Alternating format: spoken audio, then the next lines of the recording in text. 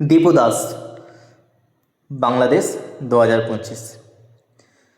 বাংলাদেশের সংখ্যাগুরু মুসলিম পুড়িয়ে হত্যা। আবরাজুল খান, রাজস্থান। ভারত 2017।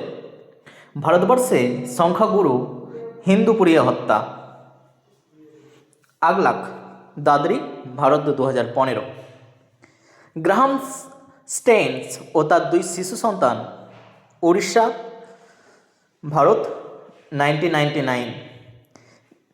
জিওরদানো ব্রুনো, রোম 1600 খ্রিস্টাব্দে। একদল মানুষ তখনও উল্লাস করেছিল, এখনও উল্লাসে মেতেছে। সময় বদলেছে, স্থান বদলেছে, কিন্তু বর্বরতা বদলায়নি। যতটুকু জানা গিয়েছে, দীপু চন্দ্র দাস একটি পোশাক শিল্প কারখানায় কর্মরত ছিলেন। যোগ্যতা ও পরিশ্রমের কারণে তিনি সুপারভাইজার পদে প্রমোশন পান, কিন্তু এই প্রমোশনই তার জীবনের সর্বনাশ ডেকে আনে। একই পদে আরও 3 জন প্রতিদ্বন্দ্বী তার উন্নতি মেনে নিতে পারেনি। পাওনা টাকার হিসাব নিয়ে বিরোধের জেরে খুব সহজ কৌশলে দীপু দাসের নামে ইসলাম ধর্ম অবমাননার মিথ্যে অভিযোগ ছড়ানো হয়। দীপু দাস স্মার্টফোন ব্যবহার করতেন না, তবু দীপু দাস নামের একটা ভুয়ো আইডির পোস্টকে সত্যি ধরে কোনো যাচাই ছাড়া তাকে অপরাধী বানানো হয়। এরপর কারখানার পাশেই মব তৈরি করে একজন মানুষকে নির্মমভাবে পিটিয়ে আধমারা করা হয়। গলায় দড়ি বেঁধে গাছে ঝুলিয়ে জ্যান্ত অবস্থায় আগুন দিয়ে পুড়িয়ে মারা হয়। শত শত মানুষ এই বর্বরতা দেখেছে, ভিডিও করেছে, কিন্তু একজনও বলেনি থামুন, এটা ইসলাম নয়, তাকে আইনের হাতে তুলে দিন। ধরেই নিলাম, যদি দীপু দাস কোনোভাবে ইসলাম অবমাননা করে থাকে, যার কোনো প্রমাণ নেই, তাহলে তবু ইসলাম কি কাউকে জ্যান্ত পুড়িয়ে মারার অনুমতি দেয়? ইসলাম কি আইন নিজের হাতে তুলে নেওয়ার কোথাও আছে?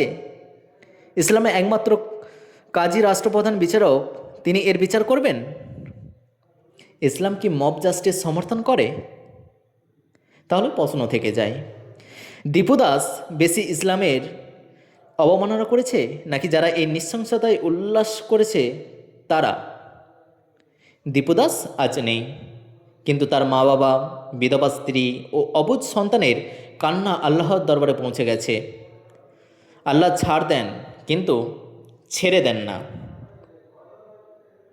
দীপু দাসের অতৃপ্ত আত্মার কান্না, দীপু দাসের অসহায় পরিবারের চোখের জলের অভিশাপের ভার সইতে পারবেন তো? রোজ হাসরের ময়দানে পৌঁছানোর আগে পৃথিবীর ময়দানে না জানি সূর্য আপনাদের মাথার ওপরে এসে দাঁড়ায়।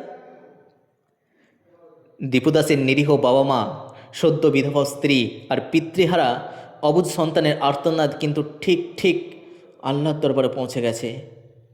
আল্লাহ কখনোই আপনাদের ক্ষমা করবেন না। দুনিয়ার আদালত এড়িয়ে গেলেও হাসরের ময়দানে কেউ রেহাই পাবে না। মনে রাখবেন, ধর্মের নামে মানবতা হত্যা করা হলে সে আগুন একদিন সবাইকে গ্রাস করে।